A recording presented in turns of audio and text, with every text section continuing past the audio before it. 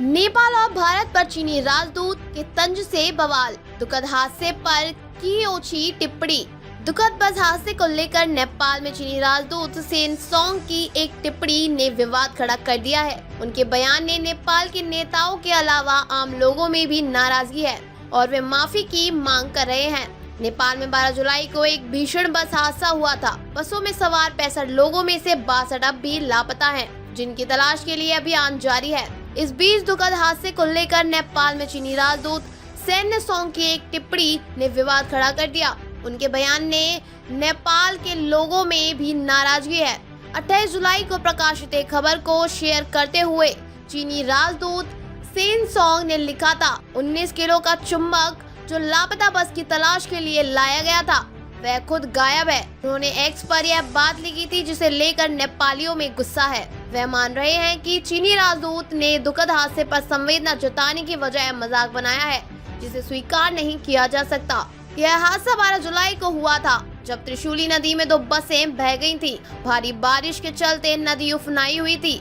इसी दौरान काठमांडू से गौर जा रही एक बस नदी में बह गई थी। इसके अलावा वीरगंज से एक बस काठमांडू जा रही थी, वह भी इस बाढ़ में बह गई।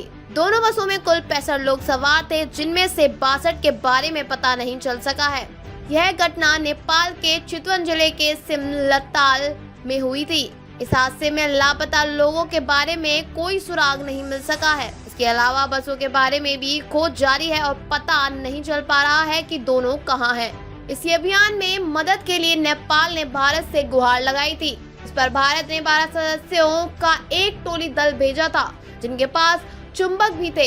इन चुंबकों की मदद से बसों को खोजा जाना था, क्योंकि जिनमें लोहा बड़े पैमाने पर लगा है। उम्मीद है कि लोहे की बसों के संपर्क में आते ही चुंबक उनके चिपक जाएंगे और बसों तक पहुंच जाएंगे, लेकिन अब तक यह अभियान भी किसी सिरे तक नहीं पहुंच सका है। ऐसे में चीनी राजदूत के बयान को नेपाल के अलावा भारतीय टोही अभियान पर भी एक तंज के तौर पर देखा जा रहा है। अब तक नेपाल या भारत की ओर से चीनी राजदूत के बयान पर कोई प्रतिक्रिया नहीं आई है। नेपाली कांग्रेस के सांसद रामहरि खाटीवाड़ा ने सेन के बयान को आपत्तिजनक बताया है और विदेश मंत्रालय से इस पर जवाब मांगने की अपील की है। वहीं सांसद सर्वेंद्र नाथ शुक्ला ने चीनी राजदूत का नाम बिना लिए ही आलोचना की है। नेताओं के अलावा नेपाल के आम लोगों का भी मानना है कि ऐसे दुखद हादसे पर चीनी राजदूत को आपत्तिजनक तंज नहीं कसना चाहिए था।